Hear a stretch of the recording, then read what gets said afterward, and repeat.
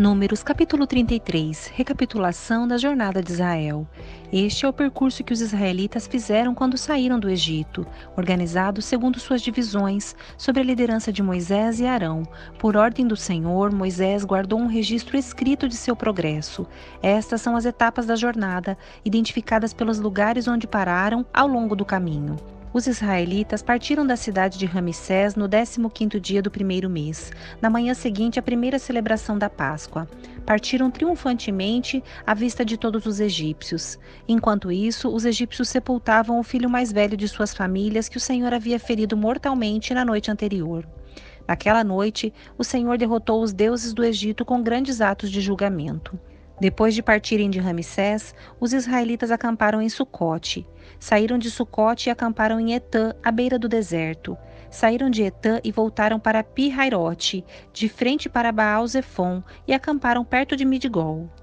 Saíram de Pi-Hairote, atravessaram o Mar Vermelho e chegaram ao deserto. Viajaram 3 dias pelo deserto de Etã e acamparam em Mara. Saíram de Mara e acamparam em Elim, onde havia 12 fontes de água e 70 palmeiras. Saíram de Elim e acamparam junto ao Mar Vermelho. Saíram do Mar Vermelho e acamparam no deserto de Sim. Saíram do deserto de Sim e acamparam em Dófica. Saíram de Dófica e acamparam em Alos. Saíram de Alos e acamparam em Refidim, onde não havia água para o povo beber.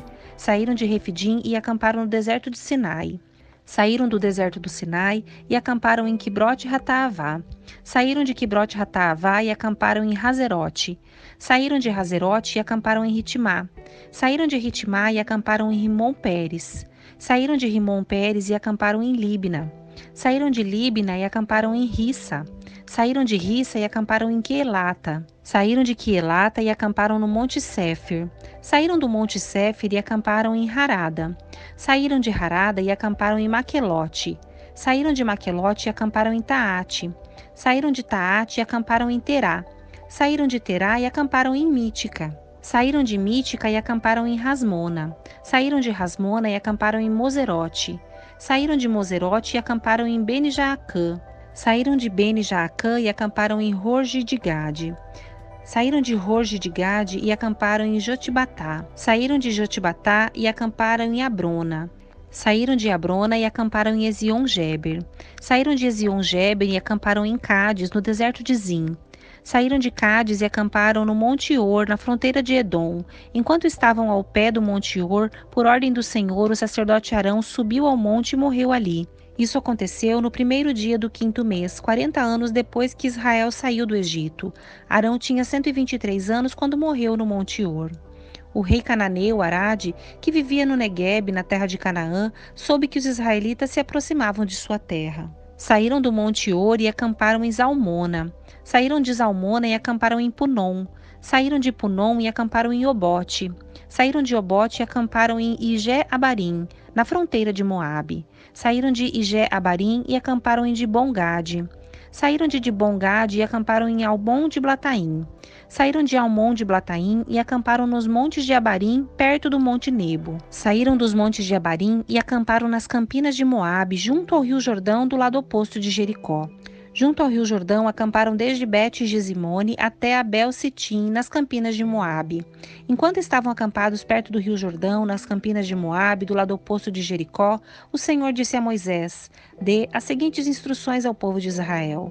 Quando atravessarem o rio Jordão para entrar na terra de Canaã, expulsem todos os povos que vivem ali, destruam todas as imagens esculpidas ou fundidas e derrubem todos os santuários idólatras. Tomem posse da terra e estabeleçam-se nela, pois eu lhes dei a terra para ocuparem. Distribuam a terra entre os clãs por sorteio e de forma proporcional ao tamanho de cada clã. Os clãs maiores receberão uma porção maior e os clãs menores uma porção menor. A decisão por sorteio é definitiva. Assim, as porções de terra serão distribuídas entre as tribos de seus antepassados. Mas, se vocês não expulsarem os povos que vivem na terra, aqueles que restarem serão como farpas em seus olhos e espinhos em suas costas. Serão um tormento para vocês na terra que habitarem, e eu farei a vocês aquilo que planejava fazer a eles. Números capítulo 34.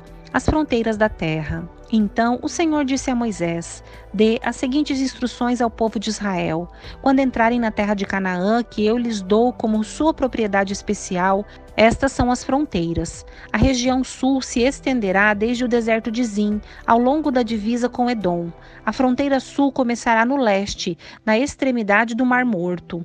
Ela se estenderá pelo sul, passando pela ladeira do Escorpião, em direção a Zin.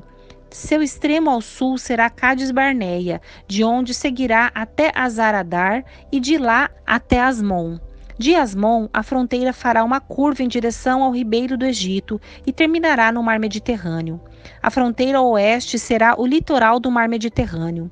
A fronteira norte começará no Mar Mediterrâneo e se estenderá para o leste até o Monte Or, e de lá até Lebo Hamate, seguindo em direção a Zedade e continuando até Zifron, e daí até Hazar Enã. Essa será a fronteira norte. A fronteira leste começará em Hazar Enã, se estenderá para o sul até Cefã e descerá até Ribla, do lado leste de Aim. De lá descerá beirando o lado leste do Mar da Galileia e depois acompanhando o rio Jordão até o Mar Morto. Essas são as fronteiras de sua terra. Então Moisés disse aos israelitas: Este território é a herança que vocês repartirão entre si por sorteio. O Senhor ordenou que a terra seja dividida entre as 9,5 tribos restantes. As famílias das tribos de Ruben e Gade e da metade da tribo de Manassés já receberam suas porções de terra, do lado leste do Jordão, do lado oposto de Jericó, na direção do nascer do sol. Líderes para repartir a terra. O Senhor disse a Moisés: O sacerdote Eleazar e Josué, filho de Num, são os homens escolhidos para repartir a terra entre o povo. Nomeiem um líder de cada tribo para ajudá-los com a tarefa. Estas são as tribos e os nomes dos líderes. Da tribo de Judá, Calebe, filho de Jefoné. Da tribo de Simeão, Samuel, filho de Amiúde. Da tribo de Benjamim, Elidade, filho de Quislom. Da tribo de Dan, Buque, filho de Jogle. Da tribo de Manassés, filho de José, Raniel, filho de Efode. Da tribo de Efraim, filho de José, Quemuel, filho de Siftã. Da tribo de Zebulon, Elisafã, filho de Parnaque. Da tribo de Zacar, Paltiel, filho de Azã. Da tribo de Azer, Aiude, filho de Selome. Da tribo de Naphtali, Pedael, filho de Amiúde. Esses são os homens que o Senhor nomeou para repartir as porções de terra de Canaã entre os israelitas. Números capítulo 35. Cidades para os levitas. O Senhor disse a Moisés junto ao rio Jordão, nas campinas de Moabe, do lado oposto de Jericó: Ordene aos israelitas que, das propriedades que receberem por herança, deem algumas cidades para os levitas morarem. Entreguem também as pastagens ao redor delas. As cidades serão para a moradia dos levitas e as terras ao redor servirão de pasto para seu gado, suas ovelhas e todos os seus animais. As pastagens reservadas para os levitas ao redor dessas cidades se estenderão em todas as direções por 450 metros, a partir dos muros da cidade. Meçam 900 metros fora dos muros da cidade em todas as direções, leste, sul, oeste e norte, com a cidade no centro. Essa será a área de pastagem das cidades. 6 das cidades que vocês deram aos levitas serão cidades de refúgio, para onde uma pessoa que tiver matado alguém acidentalmente poderá fugir e ficar a salvo. Além disso, deem a eles 42 cidades. No total, vocês darão aos levitas 48 cidades com as pastagens ao redor. As cidades virão de herança dos israelitas. As tribos maiores darão mais cidades aos levitas, enquanto as tribos menores darão menos cidades. Cada tribo entregará propriedades de forma proporcional ao tamanho do território que receber. As cidades de refúgio. O Senhor disse a Moisés: Dê as seguintes instruções ao povo de Israel. Quando atravessarem o Jordão para entrarem na terra de Canaã, escolham cidades de refúgio para onde uma pessoa que tiver matado alguém acidentalmente poderá fugir. Essas cidades serão lugares de proteção contra os parentes da vítima que quiserem vingar sua morte. A pessoa que tirou a vida de alguém não será executada antes de ser julgada pela comunidade. Escolham para si 6 cidades de refúgio, 3 do lado leste do rio Jordão e 3 do lado oeste, na terra de Canaã. Essas cidades servirão para proteger os israelitas, os estrangeiros que vivem entre vocês e os que estiverem de passagem. Qualquer um que matar alguém acidentalmente poderá fugir para lá. Se, contudo, alguém atacar uma pessoa e matá-la com um pedaço de ferro, é assassinato, e o assassino deverá ser executado. Ou se alguém com uma pedra na mão atacar e matar outra pessoa, é assassinato, e o assassino deverá ser executado. Ou ainda, se alguém atacar outra pessoa e matá-la com um pedaço de madeira, é assassinato, e o assassino deverá ser executado. O parente mais próximo da vítima é responsável pela execução do assassino. Quando o encontrar, o vingador deverá executar o assassino. Portanto, se alguém odeia outra pessoa e fica à espreita dela e a empurra ou joga contra ela um objeto perigoso e ela morre, ou se alguém odeia outra pessoa e a fere com as mãos e ela morre, é assassinato. Nesses casos, o vingador deverá executar o assassino quando o encontrar. Se, contudo, alguém empurrar outra pessoa sem ter demonstrado anteriormente nenhuma hostilidade, ou jogar algo que acerte a pessoa acidentalmente, ou sem intenção deixar cair sobre ela uma pedra grande, embora não fossem inimigos, e a outra pessoa morrer, a comunidade usará as seguintes normas para julgar entre o acusado e o vingador, o parente mais próximo da vítima. A comunidade protegerá o acusado do vingador e cuidará para que ele chegue à cidade de refúgio para onde fugiu. Ali, ele ficará até a morte do sumo sacerdote, que foi ungido com o óleo sagrado. Se, contudo, o acusado sair alguma vez dos limites da cidade de refúgio e o vingador o encontrar fora da cidade e o executar, essa morte não será considerada assassinato. O acusado deveria ter ficado dentro da cidade de refúgio até a morte do sumo sacerdote. Depois da morte do sumo sacerdote, porém, o acusado poderá voltar à sua propriedade. Essas são as prescrições legais a serem cumpridas de geração em geração, onde quer que morarem. Todos os assassinos deverão ser executados, mas apenas se mais de uma testemunha apresentar provas. Ninguém será executado com base no depoimento de apenas uma testemunha. Jamais aceitem resgate pela vida de alguém que foi declarado culpado de assassinato e condenado à morte. Os assassinos deverão sempre ser executados e jamais aceitem resgate de alguém que fugiu para uma cidade de refúgio, permitindo com isso que o acusado volte à sua propriedade antes da morte do sumo sacerdote. E jamais aceitem resgate de alguém que fugiu para uma cidade de refúgio, permitindo com isso que o acusado volte à sua propriedade antes da morte do sumo sacerdote. Essa medida garantirá que a terra em que vivem não seja contaminada, pois o assassinato contamina a terra. O único sacrifício que fará expiação pela terra em caso de assassinato é a execução do assassino. Não contaminem a terra onde habitam, pois eu mesmo habito ali. Eu sou o Senhor e habito entre o povo de Israel.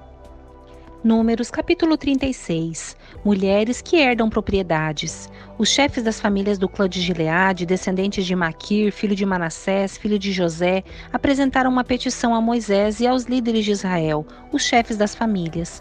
Disseram eles: o Senhor o instruiu a repartir a terra por sorteio entre os israelitas. O Senhor também o instruiu a entregar a herança que pertencia a nosso irmão Zelofeade às filhas dele. Mas, se elas se casarem com homens de outra tribo de Israel, levarão consigo suas propriedades para a tribo dos homens com quem se casaram. Com isso, a área total do território de nossa tribo será reduzida. Quando chegar o ano do jubileu, a porção de terra que elas receberam será anexada à porção dessa nova tribo, e essa propriedade será tirada da tribo de nossos antepassados para sempre. Então Moisés deu aos israelitas a seguinte ordem do Senhor: a preocupação dos homens da tribo de José é justa. É isto que o Senhor ordenou acerca das filhas de Zelofeade. Elas poderão se casar com quem quiserem, desde que seja alguém da tribo de seus antepassados. Nenhuma terra poderá ser transferida de uma tribo para outra, pois a porção entregue a cada tribo deve permanecer com a tribo para a qual foi inicialmente designada. Nenhuma terra poderá ser transferida de uma tribo para outra, pois a porção entregue a cada tribo deve permanecer com a tribo para a qual foi inicialmente designada. As filhas de todas as tribos de Israel que têm direito a herdar propriedades deverão se casar com homens de um dos clãs de sua própria tribo, para que todos os israelitas mantenham a propriedade de seus antepassados. Nenhuma porção de terra poderá ser transferida de uma tribo para outra. Cada tribo de Israel manterá a porção de terra que recebeu como herança. As filhas de Zelofeade fizeram conforme o Senhor ordenou a Moisés. Maala, Tirza, Ogla, Milca e Noa se casaram com primos da família de seu pai, membros dos clãs de Manassés, filho de José. Assim, sua herança permaneceu no clã e na tribo de seus antepassados. Estes são os mandamentos e os estatutos que o Senhor deu aos israelitas por meio de Moisés, enquanto estavam acampados nas campinas de Moabe, junto ao rio Jordão, do lado oposto de Jericó.